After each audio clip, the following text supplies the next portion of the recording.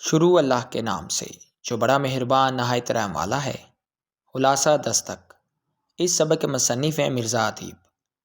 Doctor Zaidi بیماری کی حالت میں پلنگ پر ٹیک لگائے دروازے کی طرف دیکھ رہے ہیں۔ بیگم زیدی ساتھ ایک کرسی پر بیٹھی کتاب پڑھ رہی ہیں۔ سخت طوفانی رات ہے۔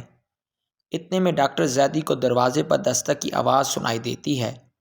وہ بیگم سے کہتے ہیں کہ دروازے پہ کوئی آیا ہے۔ بیگم زیدی کہتی ہیں کوئی نہیں ہے۔ ڈاکٹر زیدی کہتی ہیں تو پھر یہ دستک؟ بیگم زیدی جواب دیتی ہیں ہوا کا شور ہوگا۔ ڈاکٹر زیدی کہتے ہیں دیکھو پھر دستک ہو رہی ہے، میں خود جا کر دیکھتا ہوں۔ بیگم زیدی لیٹے رہنے کا کہتی ہیں اور خود جا کر دیکھتی ہیں اور واپس آ کر کہتی ہیں کہ آپ کا وہم تھا۔ آپ ڈاکٹر ہو کر وہم کا شکار کیوں ہو رہے ہیں؟ آج ڈاکٹر برہان آئیں گے تو میں ان کو بتاؤں گی۔ اتنے میں دروازے پر پھر دستک ہوتی ہے اور ڈاکٹر برہان کمرے میں داخل ہوتے ہیں۔ ڈاکٹر برہان اپنی بساتی اتار کر کرسی پر بیٹھ جاتے ہیں۔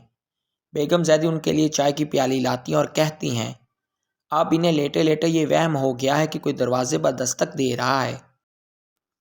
اس پر ڈاکٹر زیدی ڈاکٹر برہان کو اپنے ماضی کا ایک واقعہ سناتے ہیں کہ آج سے 20-25 سال پہلے جب میرے پریکٹس کے دن تھے، کلینک اور گھر پر لوگوں کا ہجوم رہتا تھا۔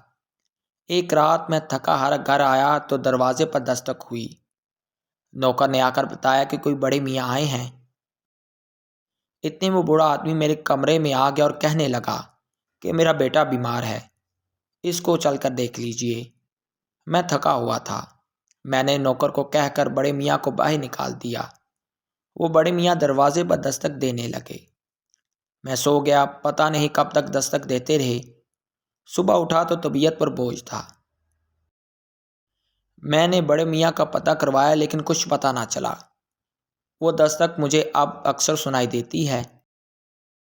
ڈاکٹر برہان سیرپ کو میز پر رکھتے ہوئے کہتے ہیں فکر نہ کریں، اب آپ کو وہ دستک سنائی نہیں دے گی کیونکہ اس رات جس بڑے میاں کا بیٹا ایڑیاں رگڑ رگڑ کر مار رہا تھا میں اس کا پوتا ہوں۔